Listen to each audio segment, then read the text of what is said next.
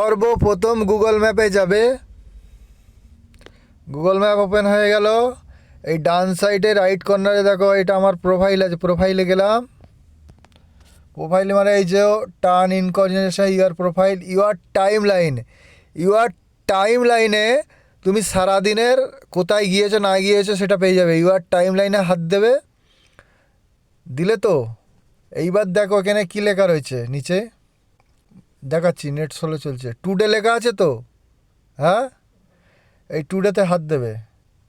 টুডেতে বাদ দাও, আজকের তো দেখাচ্ছে না, 29 তারিখে যায় পুরো। দেখো 29 তারিখে আমি কোথায় কোথায় গিয়েছি, দেখো পুরো গুগল ম্যাপে সেটিংস আছে। আবার এখানে এইগুলোও দেখাচ্ছে, দেখো দেখো কোথায় গিয়েছি, ভিজিট করেছি, হ্যাঁ এগুলো পুরো প্রত্যেক দিনের। তুমি যে মনে করো 14 তারিখের মারবে, 14 তারিখে দেখাবে। দেখো ম্যাপগুলো তুমি বড় করে করে দেখতে হবে। দেখো কোথায় কোথায় আমি সারাদিন গিয়েছি, ঠিক আছে, পুরো ডিটেলস ভালো ফিচার পেয়ে যাবে।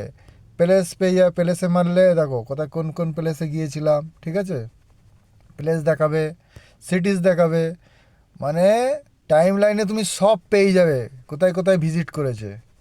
আর এটা খুব ইম্পর্টেন্ট একটা ভিডিও, সবার কাছে শেয়ার করে দিও, তাহলে কি কেউ মানে মিথ্যে কথা বললে ধরা পড়ে যাবে, বুঝতে পেরেছো? এটা খুব ইম্পর্টেন্ট।